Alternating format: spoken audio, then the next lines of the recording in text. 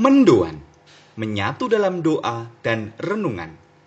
Dari Katedral Kristus Raja Purwokerto, Senin 14 Desember 2020, bersama saya, Romo Yusuf Widiarko. Shalom dan berkah dalam, saudara-saudariku, sahabat mendoan yang terkasih. Mari kita dengarkan dan renungkan sabda Tuhan hari ini, yang menjadi santapan rohani bagi jiwa kita.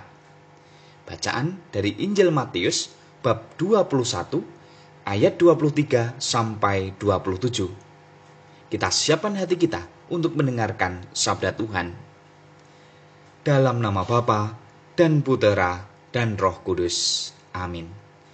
Tuhan bersamamu dan bersama rohmu. Inilah Injil Yesus Kristus menurut Matius. Dimuliakanlah Tuhan. Pada suatu hari, Yesus masuk ke bait Allah.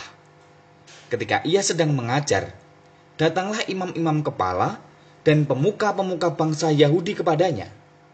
Mereka bertanya, "Dengan kuasa manakah engkau melakukan hal-hal itu? Dan siapakah yang memberi kuasa itu kepadamu?"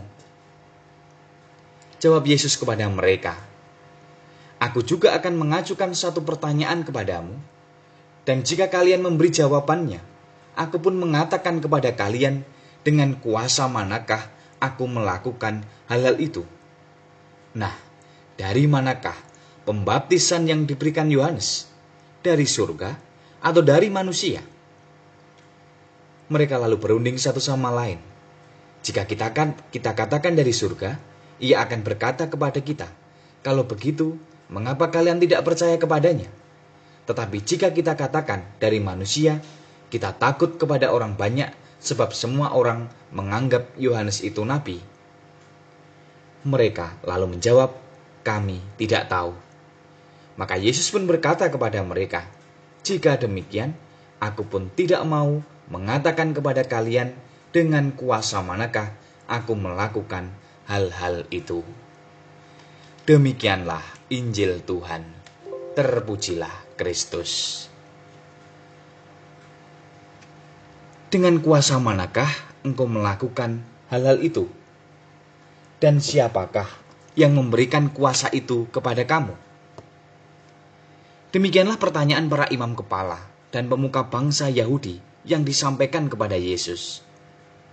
Pertanyaan itu muncul karena mereka merasa terganggu. Kehadiran dan karya Yesus mengusik eksistensi mereka.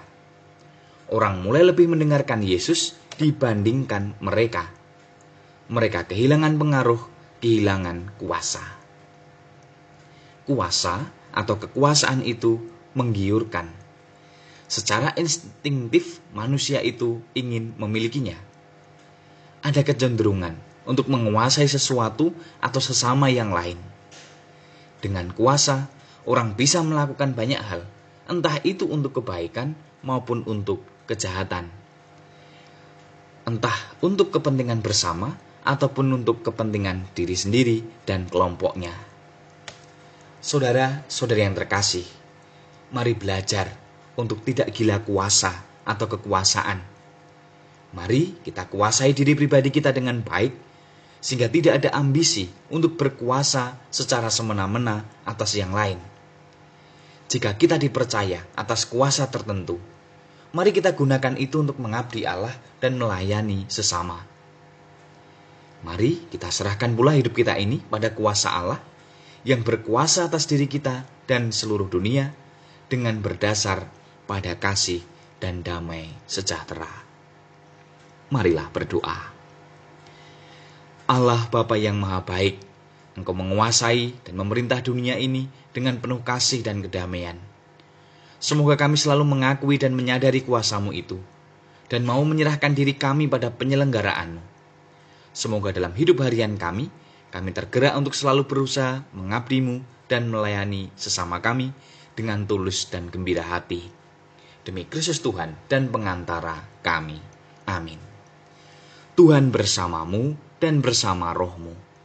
Semoga kita semua, keluarga kita, dan aktivitas kita hari ini dalam lindungan dan berkat kasih Allah yang Maha Kuasa, Bapa dan Putera dan Roh Kudus. Amin. Selamat beraktivitas, Tuhan memberkati, dan salam mendoan.